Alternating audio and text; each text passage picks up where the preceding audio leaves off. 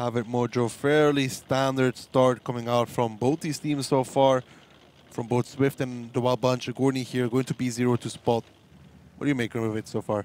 Agorni going in standard definitely. We've seen every team so far that play Ghost Time go straight there. Ru, Road going up for a decap spot on A1, A2, and Crespix is taking the opposite angle on J1. There is also another defilate like the one that Agorni is on top side of the map. So pretty standard opening by everyone. A bit spread out posture from Swift, kind of open for a push. I can't say I like that because in case that Walbunch realizes that, those guys, Atmospheric and whoever is in Mikhailov, are in a deep problem because two of them will just disappear, and we've seen a lot of teams just do that. Instant push when they see anyone split.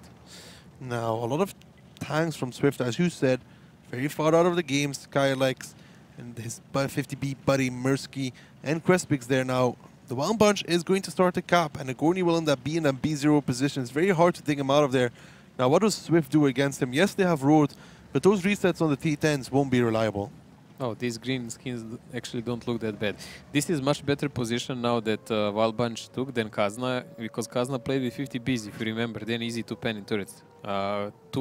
These British tier 10s, not so much. Yes, if you aim very well, but not always. Dudulinho and Phenomenal hard turrets, not that easy to pen for Road. Also, Road has to blind shoot them. Let's not forget that. He actually does not see them. Nobody's spotting for now for Swift, and keep an eye on that capture circle as it goes down to 32 seconds, and it looks like a full commitment coming in here. Mirsky already pushing towards this corner here. They want to take this. They want to take this fight here. Agorni also getting chased a little bit in his bad shot. Crespix moving forward. Now, this is very tentative from Swift, but look at that capture circle. 16 seconds left. They need to reset from Road, as he does. That's a really lucky one for them, but they were actually spotted finally by those guys up, Atmospheric, and the rest of the guys. When they peak, they saw T10s. Now, the good thing is he can reset. The bad thing is it's kind of RNG related because that Rook does not even have to pen every shot, even with HE. Agorni has to play 1 versus 1 game. But he only has 4 Crespix. shells, and he's 1 shell down pretty much already against Crespix. So he's not in the best position, but he's also relying and hoping that someone will connect when Crespix pushes. And 4 seconds. 3 seconds, 2 seconds, 1 second. The Swift needs the reset, and it's not coming out. And that's going to be it. The Wild Bunch capture the base. Told you, keep attention to that timer. Clock is always ticking. Every team so far that really relied heavily on those rules, decapping all the time, lost. With those T10s, they're just too much armor for that rule to reliably reset. Also, it's really a high angle of shooting far away. They need to be spotted all the time. They move 1 millimeter and he bounces a shell. And then again and again. You cannot rely for that. Even artillery is not the safest way to decap there. You really have to have tanks that do that. Tanks at positions. You cannot play that safe. They're doing it all over again. Even I almost lost track of the countdown. Yeah, it was this is like guys here. They have the under control. 3 seconds left. Let's go. Over. But now Swift already being 1-0 down. Again, not a great start coming out from them. Very tentative play, very one-dimensional tactic. Everything on the road, everything on that RU-251, and we know it's very hard for him to reset. I have a feeling like the Wild Bunch even didn't have to put in any kind of effort now. They just played standard and let Swift hang themselves. You can take a look at stats here as they're more a formality than anything. As you can see, there is very little damage dealt. Top damage. Yeah. 1.5k damage, top damage. Woohoo! Let's go. But yeah, I mean, stats is just a formality at this point. There was nobody that actually did a lot of damage. I mean, not even worth going over. Let's continue about how Swift, their one-dimensional tactic. Why? Why, oh why, put all your eggs in one basket? It doesn't seem like they're completely prepared for this. Did they even watch the timer? He doesn't look like that. I mean, I feel like they got a little bit lax, a little bit too much relaxed after that first reset from Road, when they went back down to 35 seconds, and then they had no more answer. We expected here, okay, Road reset it, fine, gave them some time. This will be a perfect time to push. There was no push. They could have very easily overmatched every single tank from the Wild Bunch. Every single tank from the Wild Bunch. They have 2 on the cap. If you just push forward from 2 sides, Crespi comes in as well. Agorni's out of the fight. 2 T10s out of the fight. They win. Easy. Okay, 2 T10s are not out of the fight. I mean, but they're right there. They're not sharing it HP. It would not be that easy, but compared to what happened now, it would be much less of a disaster. It would be just a few first seconds. That first exchange, if they manage to drop one of the FE heavies fast, they would probably win the game. I mean, it wouldn't be easy, but you know the T10s can't share HP. Agorni has to drive him by that time. Yeah, they would push Kiki first, because he was there in a corner alone. Other guys would just fall back to the other guys, but then Crackspix will come. But that's again shoulda, woulda, coulda, and they did none of it. They were just standing there. Team Swift again not looking great in this one. We can take a look at the lineup. So Mojo now moving into the round now. Swift is going to be attacking now. A little bit slow brain. Now, we haven't seen them perform at all. What are they going to do on the attack? Because we saw them against Ding, was very rotational. They were playing heavy clipper setup there, and it was a balanced setup. They were trying all possible angles so they don't fall in some trap. That's really fine. And they didn't find a single opening, so it just ended miserably. Honestly, the best approach we've seen so far from the people are either a cap or really aggressive one, and they should just do it because this doesn't work by them. This doesn't work, but now we can take a look at the lineups coming into our second round here. As the oh, every time I see a mouse, I just start smiling. I really don't like the mouse. Mouse was played by Gohard, if I remember correctly, in combo with Ru. It actually worked decently for them, but they lost in last moments because of bad coordination between Daniek and bad spotting. Played yes. I don't like the mouse though. But if you make it rotate, it's pretty bad. But he doesn't want to rotate. And we already realized what he's used for. He's gonna angle, and with his high profile, he's gonna shoot the top of the turrets of capping tanks, if they even come. But this lineup is not made for that. Let's see what the Wild Bunch has in store with us for us with that mouse, and can Team Swift come back. Moving into our second round here. Now we can see the Wild Bunch, fairly standard start again, Mojo, and Swift doing what we've seen them done before, moving towards that southern side. Yes, well, they had a choice here with those 2 tier 9 mediums. We've seen tactics used before. You can YOLO the 1 cap and try to fast cap pressure and then counter attack with the remaining forces. I was actually expecting something like this, but this is more cautious approach. They split tier 9s left and right to do the spot, and they're keeping all the heavies together like they played against Ding. They're trying to catch someone off guard and press. Well, there is no one to catch because the Wild Bunch is in stick-together team business. Now, Agorni finally made it to the front lines here in that mouse, slow but steady. Slowly but surely. Slowly but surely. And we've seen this style before from Swift. Very slow, very methodical. Didn't work out against Ding. It's going to work out against the Wild Bunch. I would never, ever in my life, and ever again, think I would see Agorni play a mouse. I never saw that guy out of the medium. What is this, Sheningas? There's a first time for everything, Mojo. Well, I guess it's a responsible position. No one else wanted to take. And Dudolinho already, though, a very bad crossing, losing 1.6 HP, losing 2 HP here. That 1-1-3. Crespix even trying to finish him off, and the Wild Bunch, not a great start for this round. Crossing Dudolinho for no reason. No. Dudolinho is kind of their RT and player. He goes down. And lower tier player, but he's not performing well in high tier tanks, and they should really consider when they're making lineups who is playing what. Now this is not a good start for the Wild Bunch at all.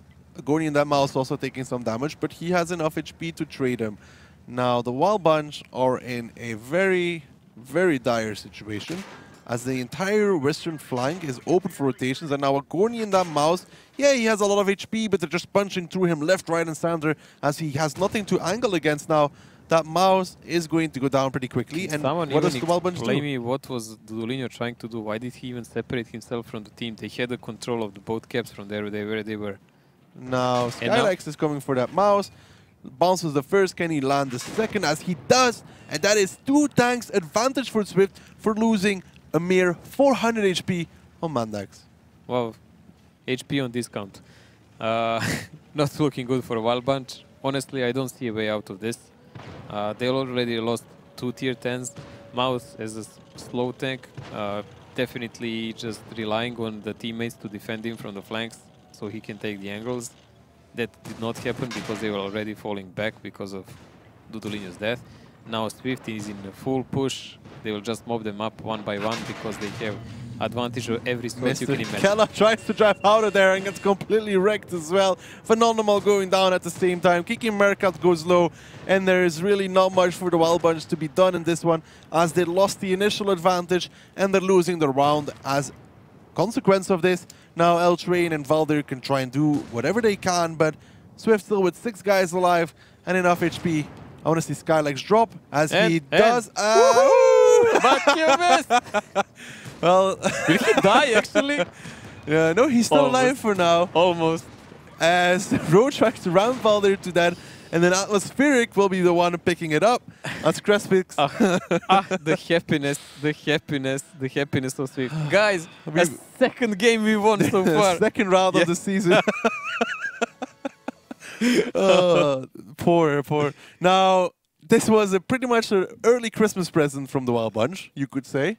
The Wild Bunch was absent from the map, but Swift took the gift. Dudulinho, not sure exactly what the plan was there, if there was a plan, of course. I saw none behind. That crossing was not a good idea once Swift. Spotting with 113.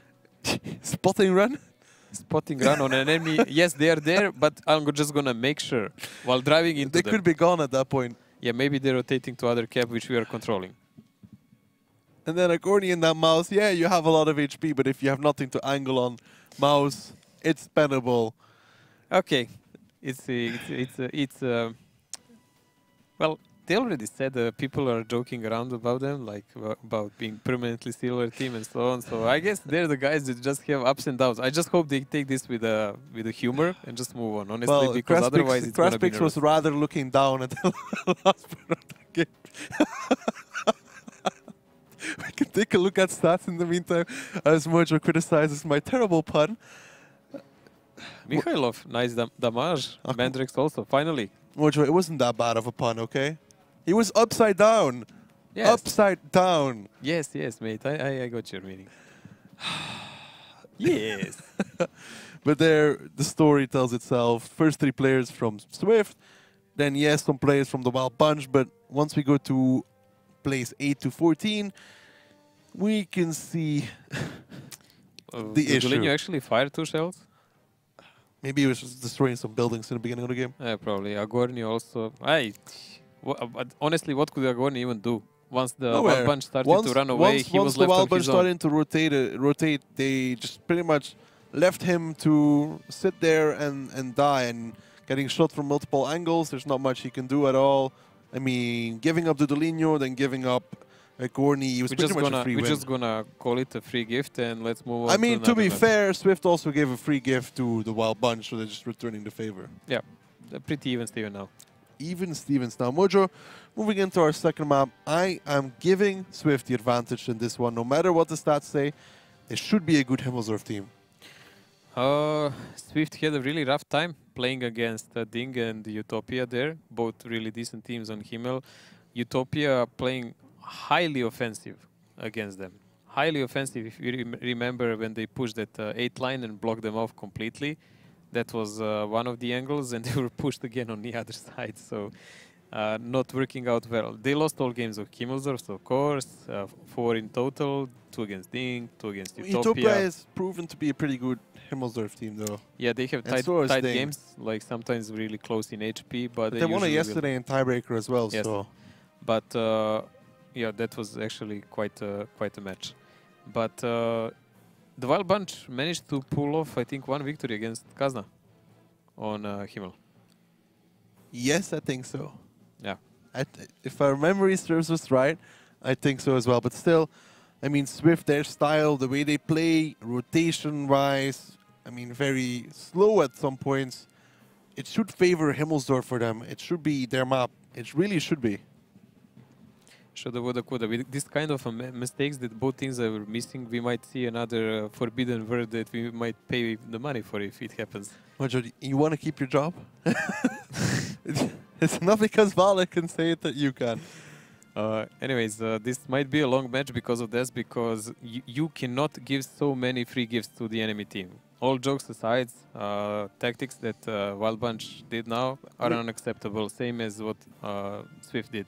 This is a gold league, you should be prepared, and these are child diseases, you should never manifest them, never. We can pretty much just ignore the first 2 rounds, realistically, because one round Swift gave a free gift, the other round the Wild Bunch gave a free gift. And now we start the match. All even again.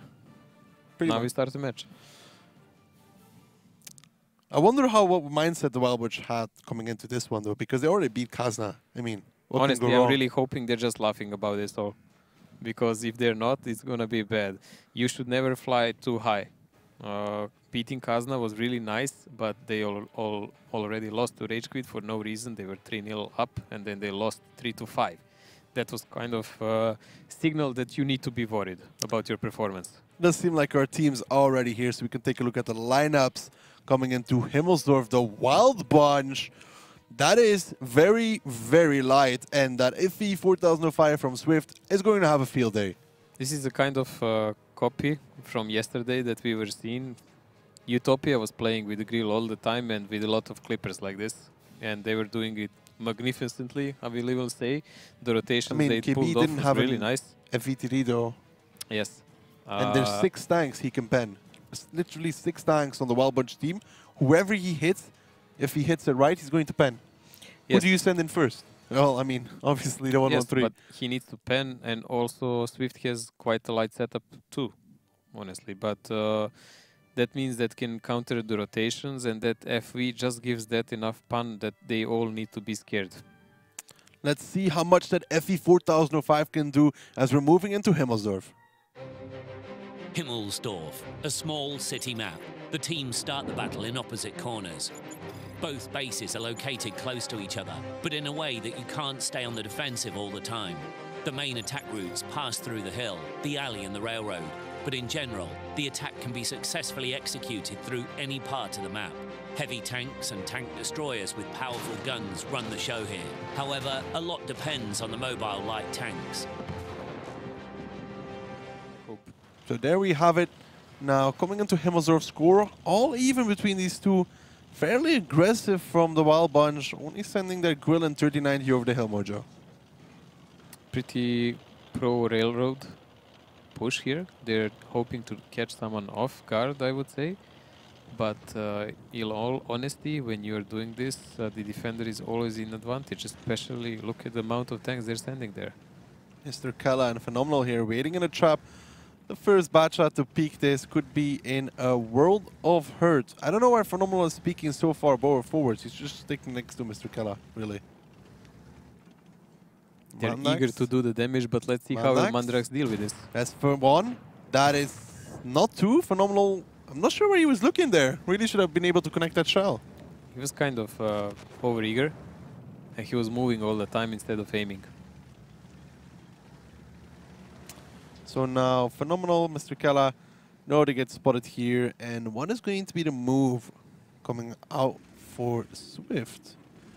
Crespix here, just waiting in the back. And the Wild Bunch realistically really cannot push that rail. It will not work out. There's absolutely nothing they can do there, but they need to start thinking rotations. I mean, I'm guessing they're just trying to find some free damage here while they wait for the Wild Bunch to rotate. But Agorni here in that bad shot, overstaying, over-peaking, and he knows Swift has the freedom to push there at one point. We've seen him get caught like this against Kazna exactly the same way. Exactly same position. Like, man, come on.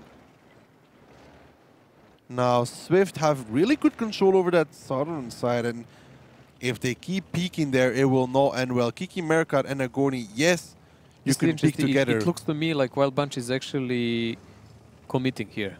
And don't They're feel waiting like a bit and idea. They want to fight, but Kiki got spotted too early peeking alone, and now Mersky will just come back. Come on, guys, like, what is this? And even Mikhailov is in a really good position. They can't really push him at all. No, they don't have the firepower for this. Now, I really don't want the Wild Bunch to commit on this southern side, and they're smartly backing off. Would have been a big mistake coming down there. You know, that 50B, 3 clippers. They would have lost 2 tanks pretty much for free crossing. They have enough time now to just go and push the top cap and just deal with atmospheric. Now, they have to be careful here as Crespix He's waiting. If he can land one shell here from them coming through the 8 land. Oh, they're going towards the hill though. God damn it, I wanted to see that FV. Everyone is taking the safe way nowadays. Why is everybody taking the safe way? Now we can see the entirety of the Wild Bunch will rotate. Yes. But Mojo, we can already see Swift. They know this as well. They're going to be greeting them as they come off that hill. The Wild Bunch can just come down and then they can apply some pressure on the cap, but in all honesty, Swift has a much harder setup. Wild Bunch plays with a light setup, they're not utilizing that well. Their reactions are sluggish. I don't think all these players can actually perform on these tanks that well. So they're late.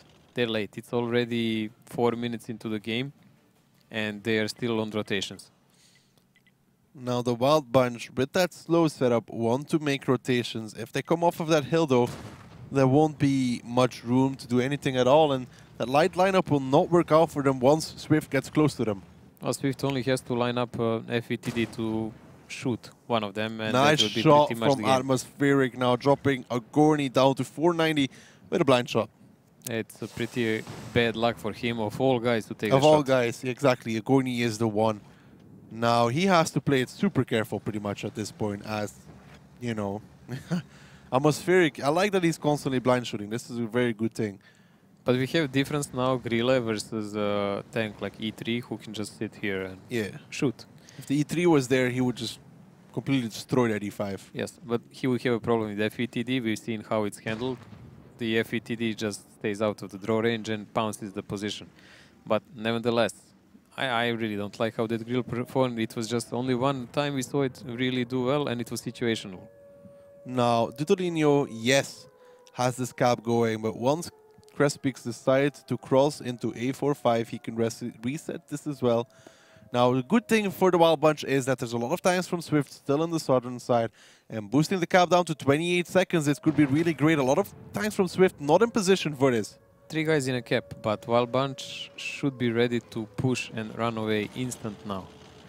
Skylax and Mirsky are joining up.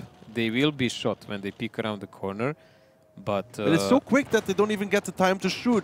And there comes a reset. A Gorny now down to a one-shot and goes down to Skylax. Really great crossing here. Mandex takes some in return, but the Wild Bunch with that slow, with that very fast light setup, getting caught now from all sides as the heavier times from Swift come in, and they are doing the damage. But what is Crespix doing? He should really... Oh, he's getting pounded a lot from the distance, but he's still alive and he's kicking.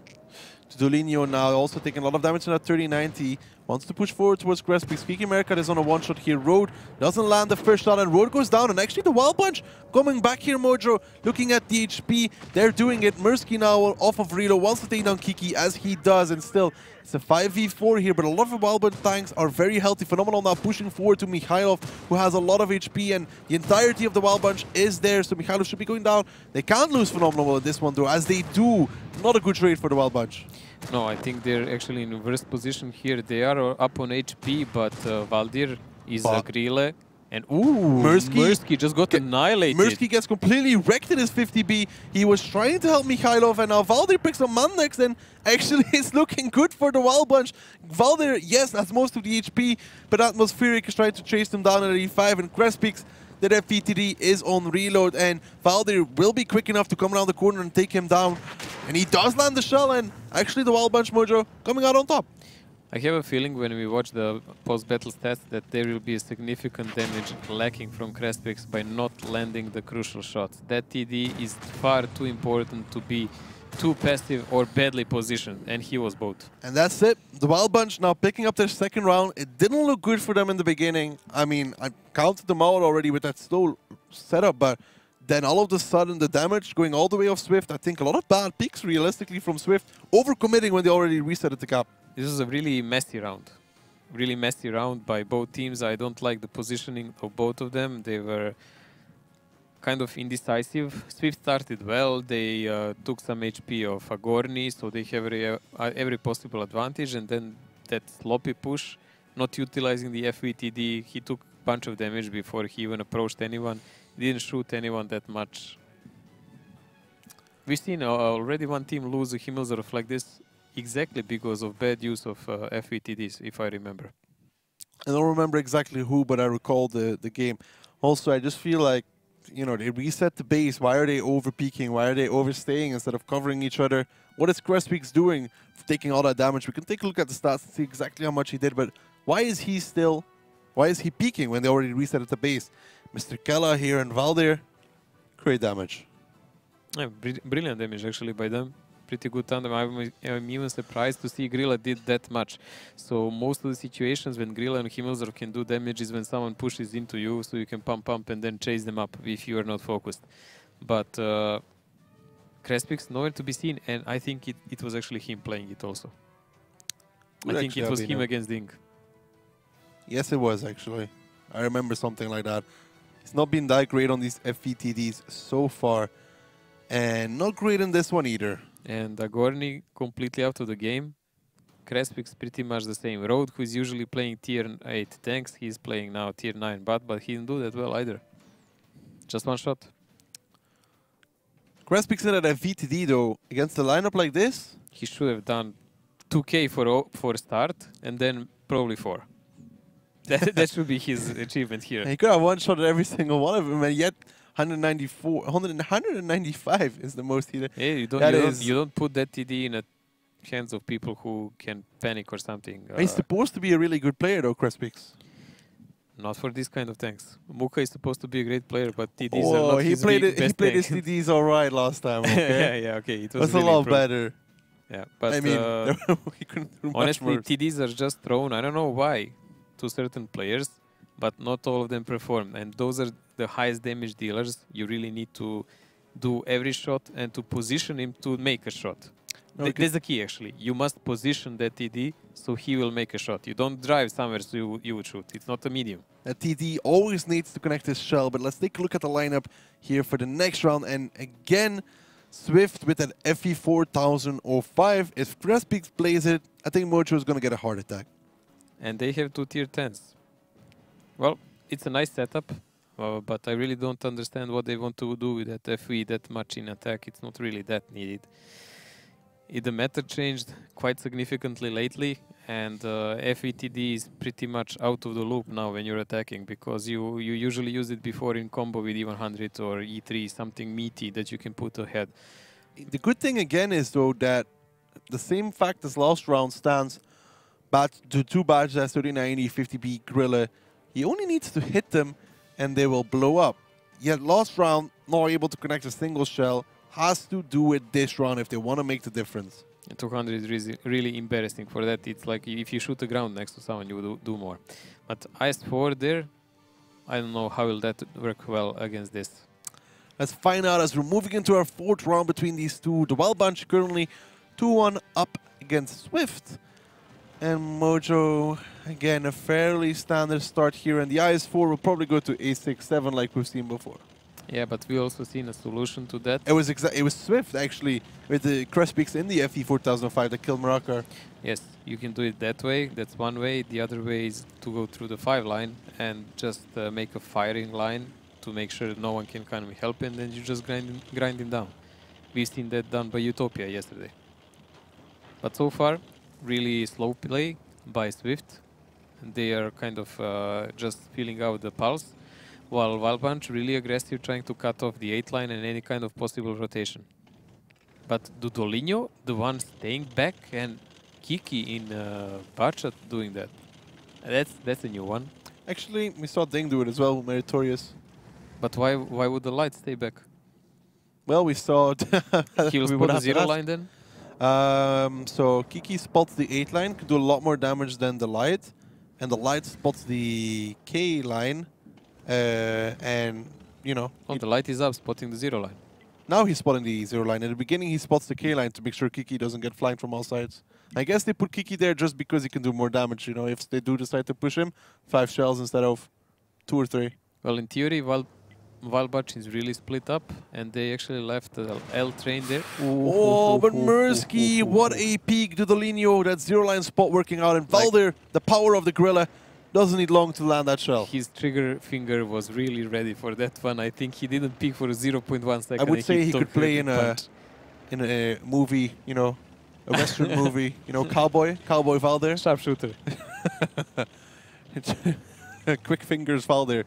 Now, already, the Wild Bunch, again, in a good situation here. Better than last round. Yes, and they had to change their tactics a bit, I think, because when they saw an FVTD, the IS4 went to A5 position. That's a little pocket ahead of the windows. That's usually positioned by E3 or E5 because they have a cooldown, but IS4 doesn't have it. But if they just put it on a cap, on a 2 cap, as is usual by the building, they will be in deep problem because that FVTD can just dig him out anytime. And there we go, rotation. Oh, what? Oh, you're lucky. I wish he would have flipped there. I think he would get a hard stroke or something. But Dudolino is finally changed places with Kiki Mercat, so he's doing the proxy and the Bachat is free to roam around. Very slow play from both these teams, also from Swift, and looks like it's going to be the real push here coming out from Swift, slowly but surely edging their way forward, and it's going to be Mr. Kella and Phenomenal there in those 50Bs waiting for them. Agorni might get caught again. Oh, please no, not again. Agorni has to be careful. He goes into that same position he was in against he really Kazna. likes to get trapped there. And again, this is not going to be good now. He's going to get pushed, and they might be able to cut him off from the other side. Not sure that. Atmospheric slowly pushing forward Just here. buying time for the rest of the team to flank him from another side. I don't like this position from and Agorni. Phenomenal is not covering him that well. No, it's really like why is he even bothering with that? Why is he even bothering with that? They have 2 Bachats and he's playing like he's playing, I don't know, a mouse. Oh no, and again another shot, and Crespix almost managing to land it there. Agorni has to be careful. Takes another one. I was afraid because Crespix could have blown him up. I thought Road will actually push him now, together with his teammates. I don't know why he didn't. I really don't know. I feel like Crespix wasn't paying attention. He should have been able to hit Agorni, who takes even more damage now from that hill bit. That Bachat, Agorni, even more Mursky from that hill. Agorni now down to 380. Pretty similar like last round. He's pretty lucky to be alive. Oh, Dudolino not so lucky, but why are they so eager to try and do damage? They're just handing the game back. They're just giving free gifts at this point to Swift. Like here, have a full Bachat, have a full 3090 as well. We were in control, but you can have it back from us. Why is he even trying to spot like that? That was quite kind of a peculiar move. Especially when you do those mistakes on every match and everyone is expecting you there. So he's a really nice guy and a good player like this, but this is huge mistakes for Gold League. Huge mistakes. Now Swift has the entire 8 line open. There's nobody spotting that there. They didn't have to dig out Dudolino. If Dudolino would have stayed where he was, would have taken them 2 more minutes to dig it out. Valdir now taking some damage as well in this Gorilla. Missing the shot, but Mursky is on fire. Literally on fire as he gets picked up by Agorni, and now Swift giving another gift back to the Wild Bunch. We had control, but now you can have it. How did Vale, if you remember, Vale said something about their play on one game. Certainly this reminds on that, definitely. A word that starts with a P? Yeah, we will not say it here live. We're not allowed. But I mean, I don't know. You could try and see if we have a job tomorrow. But these guys are kind of throwing gifts to each other. I mean, early Christmas is always nice, you know? Secret Santa. Secret Santa.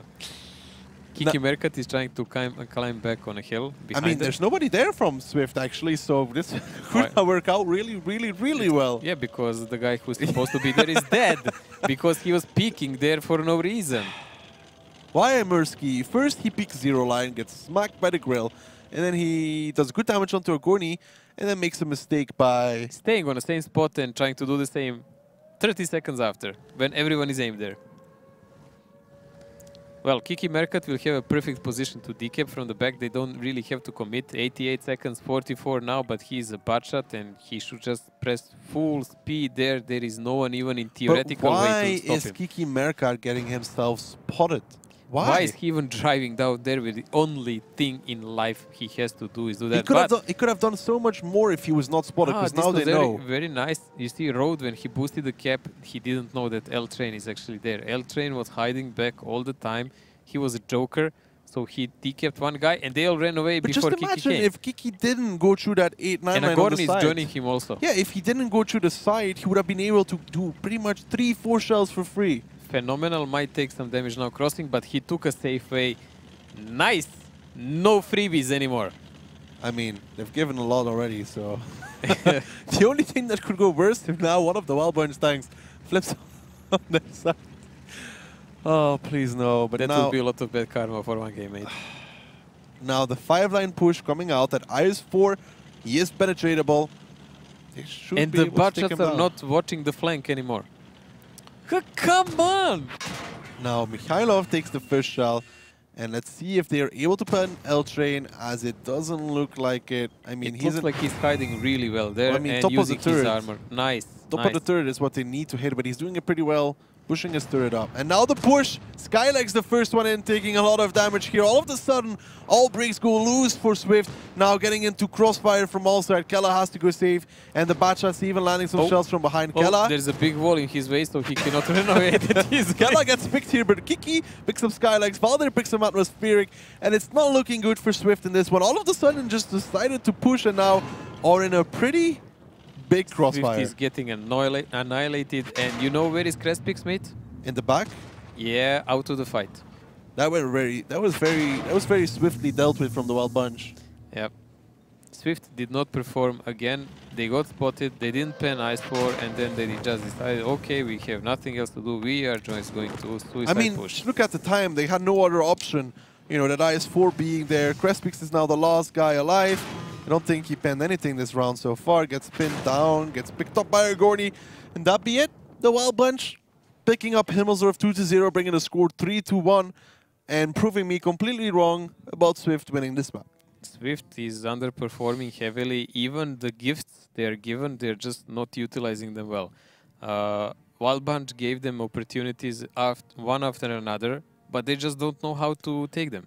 I mean, both of these teams, yes, the Wild Bunch won against Kazna, but if they do these kind of, they need to get those kind of freebies out of their system. A lot of games where they've played, even against Kazna, a lot of rounds, they just give away free HP, free tanks. If they want to be a contender here, they need to stop being so over-eager to do damage. I've seen an interview once with Djokovic, you know, and they were asking him why does he sometimes do all those exchanges of long balls in so huge numbers. So he says, like, when he feels insecure and he sees the other guys, he's just gonna try to make him do more mistakes than he will do. So these guys are just exchanging mistakes all the time, and the one that does less, he will actually win. That's such a lovely story. We can take a look at stats in the meantime. But Swift, I mean, stats. Valdir again in that grill. Grill, Mighty Himmelsdorf play. I mean, he got so much free damage this round. Okay, right? the first one was quick trigger. It was the pro one. Mate. I mean, the first one, if he doesn't land that, he's sleeping on his keyboard pretty much. Yeah, but come on, like that was really good hit. That was a good hit, but after that, it was free damage. Yeah, after really that, it was just a farm. Just like in previous games we saw with Grill. It's just opportunities given by teams while doing rotations. And Crespix, don't play it anymore. Don't play it anymore, please. Remember when I said about heart attack? He's having one right now as Crespix in the FE 4005. 0 damage. Out of 7 guys, he can one-shoot 6 of them. 0 in damage. both rounds, he did a 95 average in 2 rounds. On Himmelsdorf in the FPTD, that is really not... I have a feeling my friend Koyat would do more. That's a tough one. That is, I mean, that is very doubtful. That is very, very doubtful, okay? He'll click next to them somewhere, mate. I'm sure of that. Now, this is Swift. I don't know what happened to them coming into the season because they have a good roster, they have very skilled players, yet so far not performing, not playing together. It really doesn't look good. It does not look like they know how to come back from the tilt and bad situations, and they are really inexperienced in some moments, just really trading for nothing all the time. Let's take a look now at our lineups, moving into steps here. Into steps? Mines, actually. My bad there. And the Wild Bunch with the Gorilla and the M40. No real surprises there. Dudolino will play that M40. Thank we God. already saw who is playing Gorilla. Valdir. Yeah, Valdir. So we have 3 Bachats there. I'm wondering, is even Purple maybe now in lineup because he was one of the mountain climbers for them. You know what's the good thing for Swift in this one, Mojo? Crespix is not playing FPTD. Ah, the pun is there. Now, I mean, at this point, I think the Wild Bunch will win it. Yeah, Valvanch, I think, has really good lineup here they can defend with, and Swift is not proving to be that agile and performing. Can the Wild Bunch can the Wild Bunch do it, or is Swift going to come back? Let's find out as we move into Mines. Mines, a small summertime map with lots of hills, rocks and other cover. The teams start the battle in the usual locations, but the base locations are different. One is located in the bottom part of the village and the other one is in the water. One of the key objectives is the center hill. That's why the teams will often select fast vehicles and tanks with strong turrets for cover. Now here that M40 from Didolino already moving to that position to cover the one cap road here, going into the bush, but nobody there really from Swift to do any damage. And Mandex Crespix, atmospheric, already very aggressive, pushing down that 8 line, and it seems like a blitz opening mojo coming out from Swift. Yeah, they're blind pushing there, expecting Wild Bunch to play one of their old tactics with climbing a guy on a mountain. Phenomenal was doing that previously with 2 guys pushing, but they just gave up on it and they're playing from another side. Now, really worried, Dudulino doesn't seem on position, actually. No, Dudulino is not on position at all as he goes down to Crespix already, and finally Swift coming out strong here in the beginning of the round. L-Train goes down now. Brilliant Doesn't focus look fire. good at all for the Wild Bunch as Swift finally showing what they are made of now. Road pushing down that one line, and the Wild Bunch is surrounded, Mojo. Oh, Swift definitely decided to just whip it out and push, and this is really decisive. A nice push finally coming out of them. Very decisive, very nice. The Corny now going down as well. Kiki Merkar going for Road, but Road is not the issue he has to deal with. It's the 1-1-3s from behind as he's trying to do what he can now, but Mr. Kella is the next one, and this aggression from Swift was really nice. Great focus fire. Greatly missed and needed in all these games so far. They're trying to tiptoe all the time, but they're obviously not a team meant for that. This was well executed plan. Now Valdir goes down. Phenomenal and Kiki, the last 2 standing as they are now getting hunt down by all 7 players from Swift still alive, and this is what we've been looking for. This is what we've been asking for, as Phenomenal is the last one standing and he gets picked up by Road, and that will be it. Swift pick up their 3rd round of the season, and in quite spectacular fashion. Well, we will definitely know who will pick a side if we go to the forbidden term. Oh, tiebreaker. Oh yeah, that one. Your money to some people. No. It's only if you stay in production room. Oh, if you stay only in production room. So okay. I can say tiebreaker how much I won. Okay, so it looks like Swift is waking up finally. Finally, that was good, that was quick, that was fresh. Vigor. They're showing some vigor here. They are playing the strat and they're doing it really aggressive. And Wild Bunch definitely had no Dudolino as well, not in position at all. He's supposed to drive to the K4, I guess, but he was even caught by their quick push because they just went hill and village immediately. There's only really one thing that could have catched it, and that would be Batchat on K8, but what Swift did very well, Mojo, Road spotted the Batchats. They knew exactly which tank was where. They had perfect info. They spotted all 3 Batchats. When we look at stats at the same time, they spotted all 3 Batchats, so they knew that their push was pretty much a freebie. Even without that push was pre-planned and blind. But look at this, out of the 7 guys, 6 are Swift. What's to say more? They were Road in that RU, 2k damage. 11 shots, finally Road performing. Usually he gets caught all the time. Look, Crespix the damage. No TD. But this is really sad game for the Wild Bunch now. They were caught pants down pretty much. Now, this is the Swift I want to see. This is the Swift I've been looking for. That was very swift. That was very good. Horrible pun, but that was well done by them. Finally, a good push. A nice break to the passive positions we've seen so far. Yes, there is not really much to say here tactically. I'm just looking forward to see now how will Swift plan to defend. Now, Swift on the defensive side, Mojo. Yeah, I'm trying to take a sneak peek here to see what they have. Oh, this is going to be Wow, an interesting one. Cheater. Of course I am. I'm looking what he's looking for. What's the special?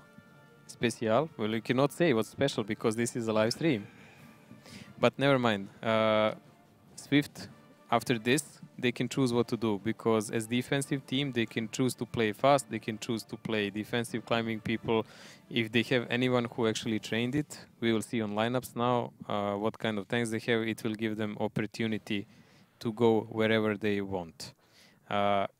T49 is kind of an old school approach, but I like it in defense because it gives you easy control of lower area, much more than Grilla in my opinion, because Grilla is kind of a tank that gets spotted easy and then you're in it's very situational, it's very hard to peek with it, you have to be very proficient in where you peek, and if you get spotted, you usually get wrecked. You also have to be well protected by the remainder of your team. 49 does not need it. Let's see what the Wild Bunch has in store for us though, and Swift as well. As we move into our 6th round here, it's going to be on mines.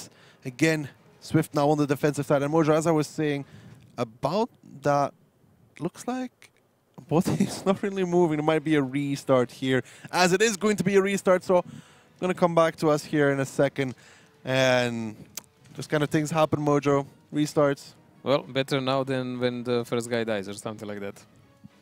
So as I was saying, let's continue our point about the Gorilla, right? Back when I was still playing, I played the Gorilla as well, and on mines it's very annoying because you have to rotate a lot with your turret. You have to peek is annoying, and if you get spotted, most of the time the guy from the zero line is like, "Oh, hello, Grill." Yeah, there is absolutely no armor there. The only way to bounce a shell with Grill is if you get hit in a gun. I don't know what's worse then. And also Grill has really theoretically great aim time, but snapshooting with it at distance just doesn't work. It's no word snapshotting with it because the reload is too long. Yeah, you are really, team is relying on you to land those shells, so it's really great to cover. A lot of teams know how to move around the Grill as well now on mines. I mean, when they pick the Grill like this, I don't understand why Phenomenal or one of those guys didn't climb the other side of the mountain. Like, that would be the way to stop this kind of push. Yeah, if they had somebody on K8, that push would have been completely wrecked pretty much, because they would easily kill at least one bad shot and then he's safe. Also, I mean, not in the position they used him before, because behind that rock, they can kill him by pushing towards the houses. Once they get to the houses, they get shots on him. He's not safe.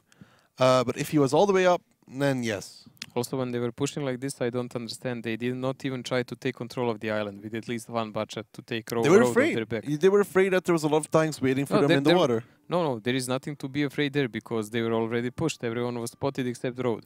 But they were taken with pants down. Artie died immediately.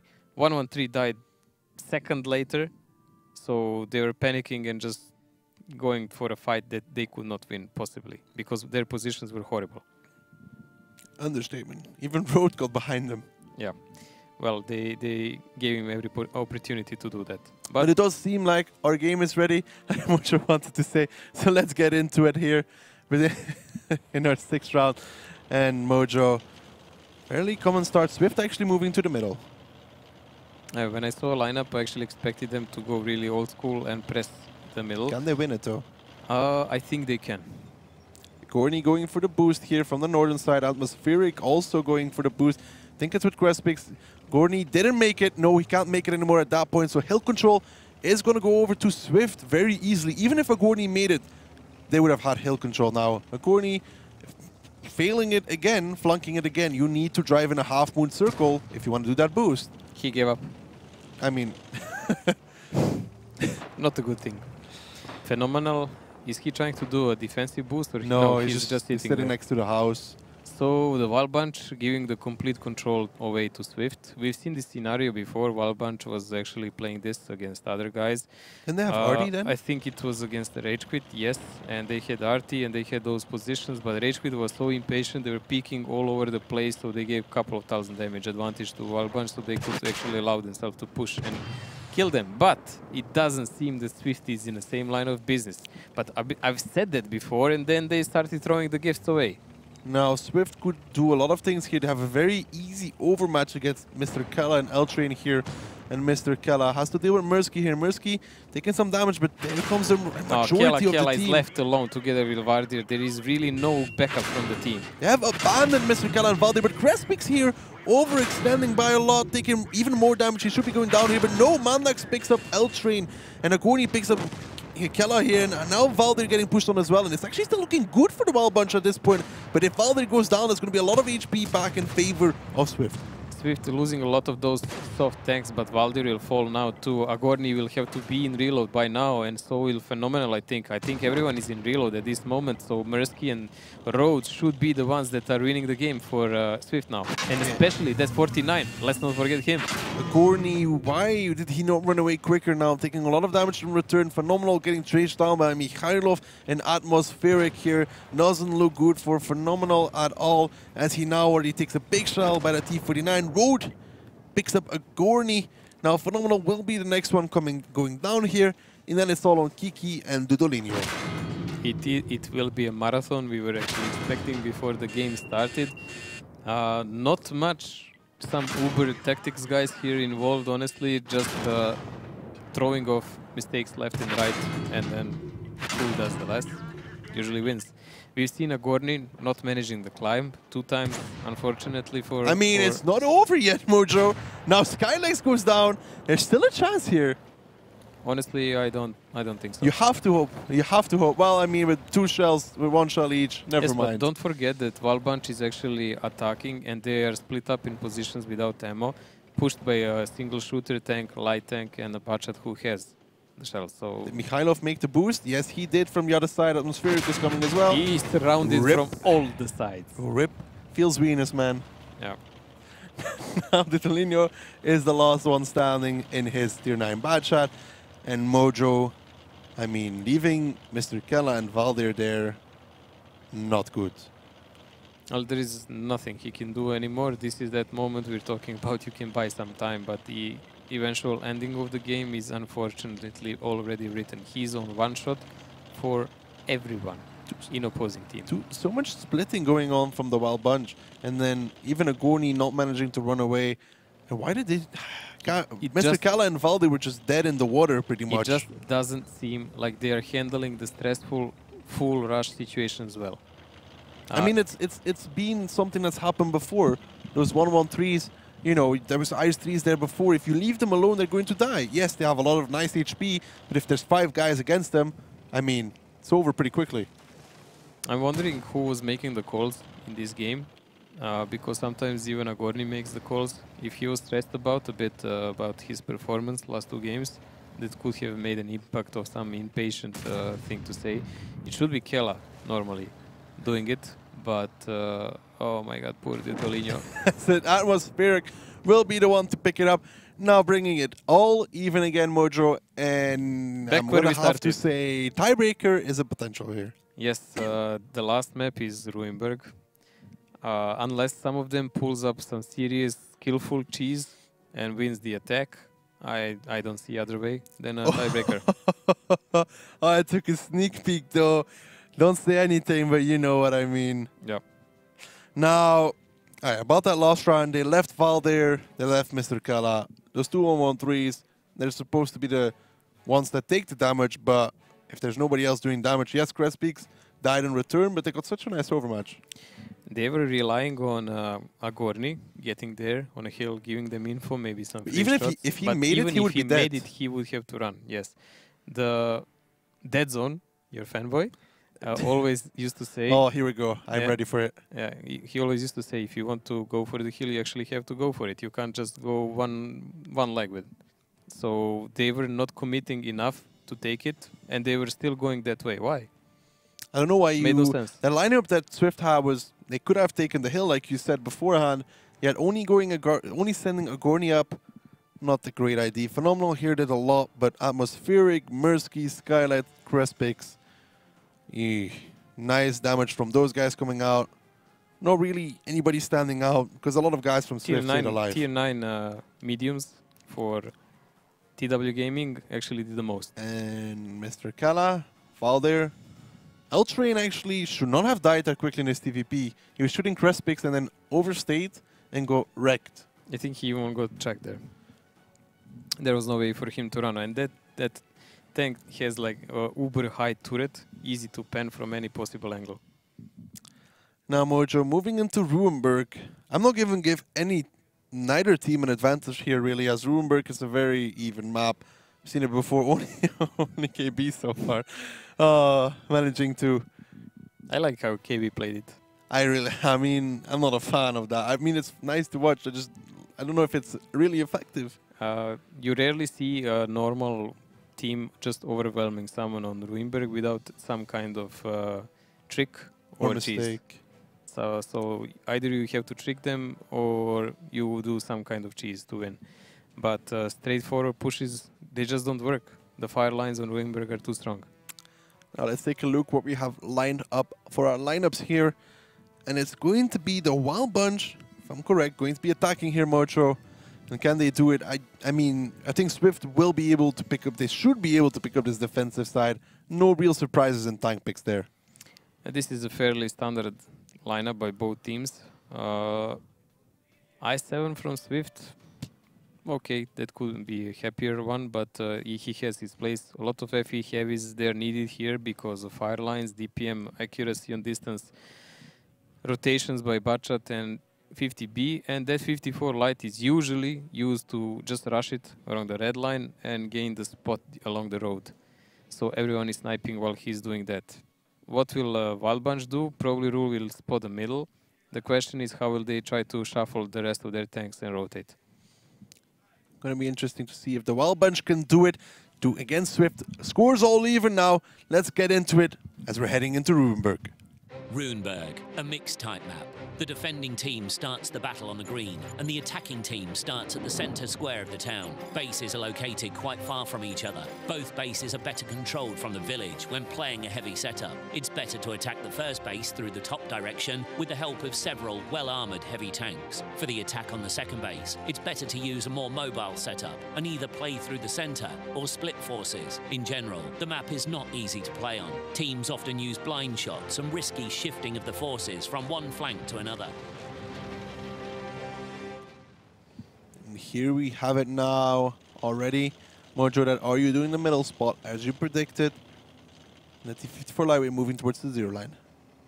Interesting is that L-Train is the guy covering the light tank. I would expect that to be a 50B or someone like 62A. But they chose for a full commitment from the south, and L-Train will be the one to take the hold-on position on the sandbags in the street. Dudolino has to be careful here. Atmospheric already taking one shell here, but they should be okay so far. Now, what is Road here? Taking another one? Taking another one, but what is the final plan here for the Wild Bunch? Because, you know, it's very, very hard to capture base. It's practically impossible, so they're just relying to bait everyone to chase around Dudolino and then shoot them while they're peeking. To do that, Swift has to regroup and push in one big chunky group, and some guys have to come out from the city. That's why they have L-Train on side, and that's why Valdir is already going back, so he will cover him from that back position. I like this position from Agorni. Don't like it as much in the medium though. Agorni now getting shot from the side from Skylikes. Has to be careful in this one. Yes, the turret is good, but high tier tanks should be able to punch through it as Road and Crespix now rotating as well. There's still a lot of time left on this capture circle now. The Wild Bunch does have the HP advantage at this point, but the defender can easily, quickly bring this back all even. They're pretty much even, but we need to see what will actually Road and Crespix do, because that's where the game will break in one moment on their actions. If they manage to catch off Valdir, they will have a crossfire and win the game. If they die between L-Train and Valdir, they will definitely lose because they will be forced to push. Ooh, Agorni here. Skylikes from that 50B, very crucial, shooting him from the side. Crespix in return took some damage there in the city, but Agorni is definitely left out here. He has to survive this a little bit longer. The cap is not low enough just yet. It's not looking good for him. Dudolino now getting reset as well. Mandax just very easily pushing forward and making the reset. Valdir is coming closer to the L-Train. He might get greedy and shoot some... Oh, HE spam, HE spam! Mandax in return though, L-Train putting a lot of pressure on him. Could be though going down here with the next shot. L-Train can pick it up, and he does! So a lot of HP lost for this cap reset, but you can just look, the HP is still all even. Even see the guys coming from his back, but they're late by now. Honestly, like Crespix and Road, they should have been in a fight already. And Agorni picking up Mirsky here as well. It's starting to look a little bit better for the Wild Bunch here, but Valdir's on reload, and Road and Crespix will get him. Can he ram him? Can he ram him? Can he ram him? Speed? Nope. No. As Crespix picks him up, and now bringing it back all even again. But the zero line push is the plan for the Wild Bunch now. they are in advantage there because two tanks are away completely, so they're fighting only 3 guys and they have almost entire team. But Agorni is on 1 shot and L-Train cannot really join them, but he can do a lot of shots from distance whenever they're badly positioned. Skylex though here already taking a lot of damage in that 50B, not ideal situation. Wants to be able to land his last few shells here as he has 2 left, and Mikhailov now the next one being focused, atmospheric as well. Yes, with the 5215Bs have good TPM, not if they're getting shot from all sides, and it actually looks like the Wild Bunch might be able to pick up here on an offensive side as atmospheric drops low. Crespix does pick up Agorni here, but still Eltrin controlling that middle, and it's looking good for the Wild Bunch. I would say the entire blame is on Road and Crespix, who took too much time to help their team because they were completely exposed. I think Agorni died because he emptied his clip on the guys up in a village. That's why they even killed him. Agorni in that Not Agorni, T62. Valdir, sorry. Valdir, yeah, doing a lot there. And Mandax pretty much having to suicide for that reset. Mirsky dying to Agorni, and it's now all to Crespix. And I'm very happily surprised that the Wild Bunch is picking up this offensive side here on Runeberg. Yeah, I didn't see that one coming, especially since Agorni started taking so much pounding in his T62, as you mentioned already. His turret is too soft for that. Usually people use I7 there, which is an impregnable fortress, but they gave up the top village part, so they had to do something, and 62 is small enough, so they were trying just to play it like that. And that's it, as Kiki picks up Crespix, will bring the score 4-3 in favor of the Wild Bunch, who are now moving over to the defensive side, and that was weird. Point on Ruinberg. Why did the Road not just drive down the 0 line? It's a lot more effective, it takes a lot of time to kill him, you can trade very well into it. Now they gave literally all the positions, all of them, to the Wild Bunch. I don't get it. What were Crespix and Road doing there? Because they were driving in circles, like twice, 2 full ones, and we're not in Formula business, we're not driving around. So they were not helping out. They did not seek who is covering L-Train. They did not come from the back of the enemy. They did not engage. They did nothing until that moment. Then they killed one tank who already emptied an entire clip in his team. This is not looking good for Swift at this point, as losing Ruinberg defense, it is not good. Take a look at the stats in the meantime, Mojo. Ruinberg defense is something that is not... Look at the damage Train did from that side street. Very nice damage from L-Train there, that FE215B. 4.4, impressive by every aspect. I mean, Mikhailov did really good also on that FE heavy, but he also paid a heavy price, if I remember, because he was taken out first. He was doing most of the damage for them in the start. Mikhailov, I think Malnex was the first one to fall. Of FE heavies? Yeah, I think so, because he was the one that reset it. L-Train picked him up. We will see. We will see, because I think it was him. I think it was first Malnex died, who resetted the base, FE215B, and then Mirsky died. Right, he did it 457 damage. Yeah, I'm pretty sure. Could be right. I think it was like that. Malnex pushed forward, L-Train picked him up from the side. There's a lot of damage onto him pushing forward. When the camera was away, yeah, he got like 1.4. Like 1.4. Yeah, so he was the first one. Then Mirsky died. But losing that defense side, but Mirsky doing 60 damage. Yeah, he was spending shell on 62. He missed everything else. That's the one HE shell onto Agorni. Not great from that I7. Also his position, really. I mean, he should realistically do at least 1 or 2 shells onto Agorni. Yes, it was really bad play by him. And he was limited a bit by L-Train, so he couldn't push that much. But still, come on. Like Agorni peaks from time to time, and you need to connect him. But we know the defensive side is easier, but you need to make some plays. Some people push the 54 down the 0 line. Some people like to push something down the middle line or rotate heavily through the north. Swift didn't really do either of those things effectively. They gave up the map again, like they were playing against Kazna on Morovanka. If you remember, they just didn't spot the entire side of the battlefield for no apparent reason. 54 light along the red line, covered with all those FE heavies, going all the way down, would actually win them. Yeah, they would be able to shoot people because they would have to run away immediately. It takes so much time to kill him, and unless he makes a mistake, you can't really dig him out without losing 1 or 2 tanks. That's for it. So standard tactic for not tier 10, for any tier. But now comes the highlight, Mojo. Let's take a look at the lineups. This is what I've been waiting for. Oh, there we go. And the cheese is here.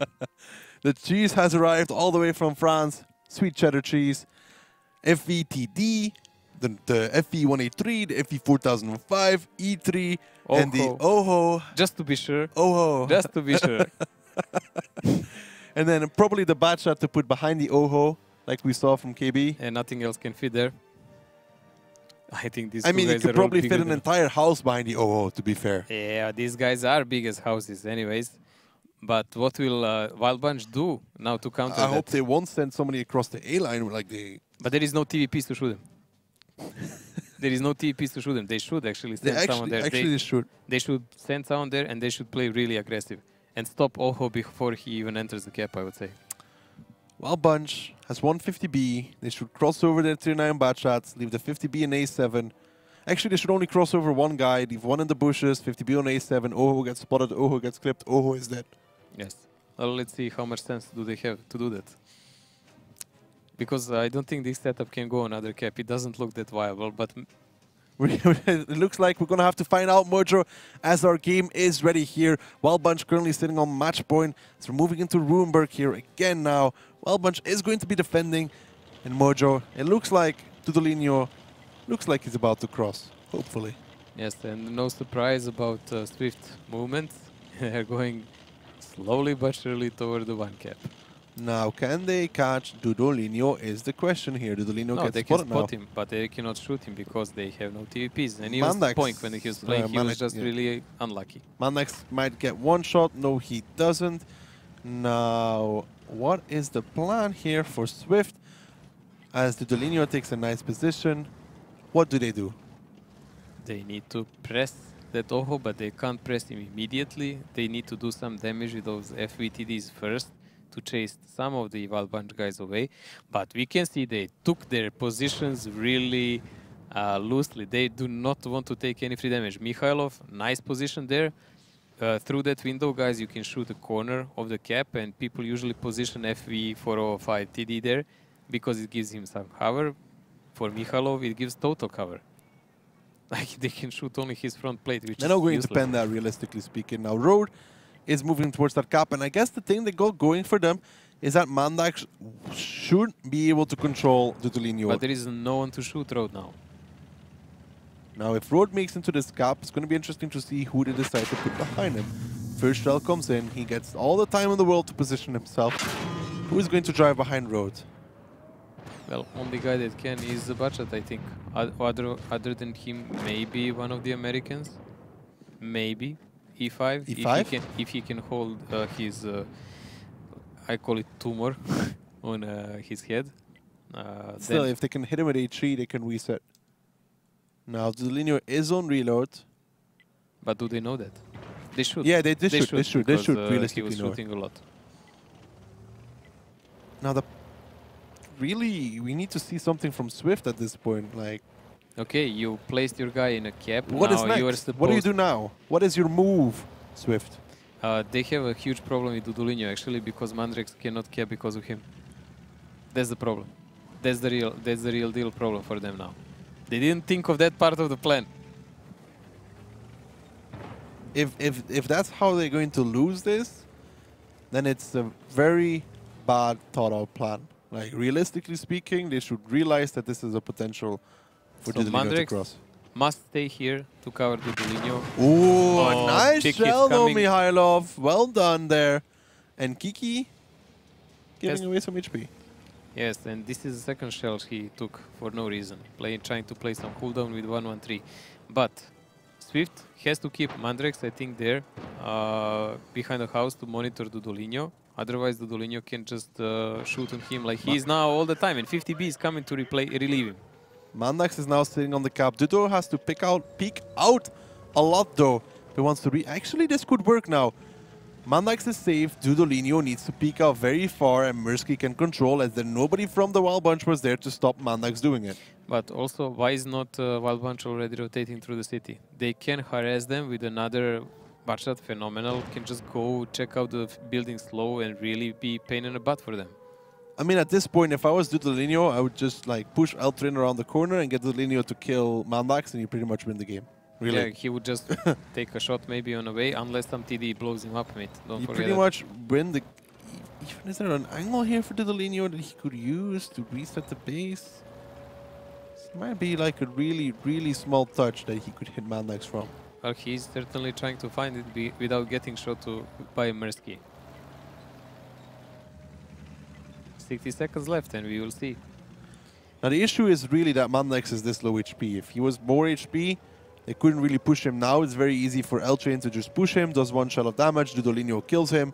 Maybe L-Train dies in return, but what does Swift do then with their lineup? Also, Phenomenal can take up speed and just go like YOLO driving and Yeah, towards the house. hope that TDs will miss him and just shoot, reset, and kill the guy. And in that moment, Dudolino can peek out. I really feel like play Dudolino should just peek out and reset at this point. I mean, what is he doing? What is Dudolino? What are you doing? He's getting murdered by Mersky. Not great. Agorni now taking a lot of damage as well as he in that E5 got spotted now. Dudolino does become Mandax, but still. This is good for the Wild Bunch. There's nobody to cap anymore. HP is still pretty close and 50 Bs on reload. Dudolino has to reload now, of course. But Agorni being on low HP, it doesn't look well for them. Mersky though in that 50B taking a lot of damage here as well. Now Honestly, down to 250. Honestly, Mersky being on one shot is a big blow for them because that's Mr. the Kala. only tank that can rotate or do anything. Now they have a bunch of TDs and E5. That's not a lineup you can really push with because you get tracked and shot whatever you do. Crespix can't push, Skylex can't push, Mikhailov really can't push either. Atmospheric can push, but he will get wrecked by Wild Bunch. And there is no rotation force left. All the cheese is gone. Not looking good for Swift in this one, as now they're going to have to send somebody forward. And who is it going to be? Interesting. Waldir and Phenomenal are actually leaving now and trying to rotate now. Now, Atmospheric is trying to rotate here. I mean, there's realistically speaking, there's 7 guns alive for the Wild Bunch. And they can take a lot of good angles here. They can do a lot of damage to wherever Swift decides to go. There should not be any chance for them to bring back this round. 2 minutes and 25 seconds. This is not even a cap game anymore, and I really don't know how will they catch them and kill them all. Even leave Mikhailov is left behind now. They left him behind. Maybe he will one-shoot them all. Very much doubt it, Mojo. Stranger things have happened, though. Stranger things have happened. Now, Atmospheric has got spotted here. Valdir got spotted in return. There's 2 minutes left on the clock. There's 2 FEDDs. Slowly but surely, emphasis on slowly, moving forward. And time is a small issue here. Well, it looks like we have a slight timer bug, but it doesn't really concern us because, honestly, it does not look like Swift even knows what they want to do except lose a match because this is a match point for Wild Bunch. Yes, guys, you should actually try and do something because time is ticking away, no matter which timer you're watching. The clock is ticking for these teams and it's only ticking in favor of the Wild Bunch so far. Every second that goes by is a blow for Swift as now Mikhailov seems to be the one that has to go in first. Poor Mikhailov. Dudolino is still on the side. Now there seems to be 2 minutes left now, but realistically there's not much Mikhailov can do in this one unless some really major mistakes come out from the Wild Bunch. Finally the push has come. We've been waiting for them to decide to commit for last 3 minutes, I think, or 4. Now and they're not penetrating. The bounce. And Atmospheric is going to get shot on the side here. Takes 1.2k damage already, trying to cross past that wreck of his buddy there. And now, what does Atmospheric do? He's going to go for Mr. Kella, getting shot by Dudolino in the side and kicking Merc out. And Dudolino picks him up. And now it's only 3 guys left for Swift with very little time left on the clock, Mojo. There is not even a cliff enough so that like Wild Bunch could throw themselves away and lose the game. No. And there is plenty of room today for them to play around. Crespix is trying to flank with his FVTD. Flank against Phenomenal. Can Crespix do it? Can he land a one-shot here? It doesn't look like it now. Phenomenal's moving forward. Crespix, 673 non-penetration. And Skylex does pick up Dudolino. But this is all fancy end work here as Mikhailov is going to be the last guy standing for Swift. And it looks like the Wild Bunch going to continue their hot streak, Mojo, as they do it again. L-Train picking up Mikhailov there. And that's going to be it. The Wild Bunch do it. They do it again. The Wild Bunch, the dream continues. The persistent bunch take another 3 points here. Well, I would like to say a lot of mistakes were made here, but they got a better part of it now. So they won, and Swift really in a dire position at the moment. Barely any games within a match won. Swift is going to have to seriously rethink what they are doing. So far, they've looked sloppy. Their players as well. Crespix not performing on those FETDs either. And it's really not looking good for them. I mean, we're getting deeper in the season here already a little bit, and still 0 points. It's going to start a lot of pressure. It's not only that, you don't even have an excuse saying like, oh, we'll play it by the best teams, like the old teams from the Gold League. No, you played against the Wild Bunch, the team that joined this league together with you now. So you're on the same foot.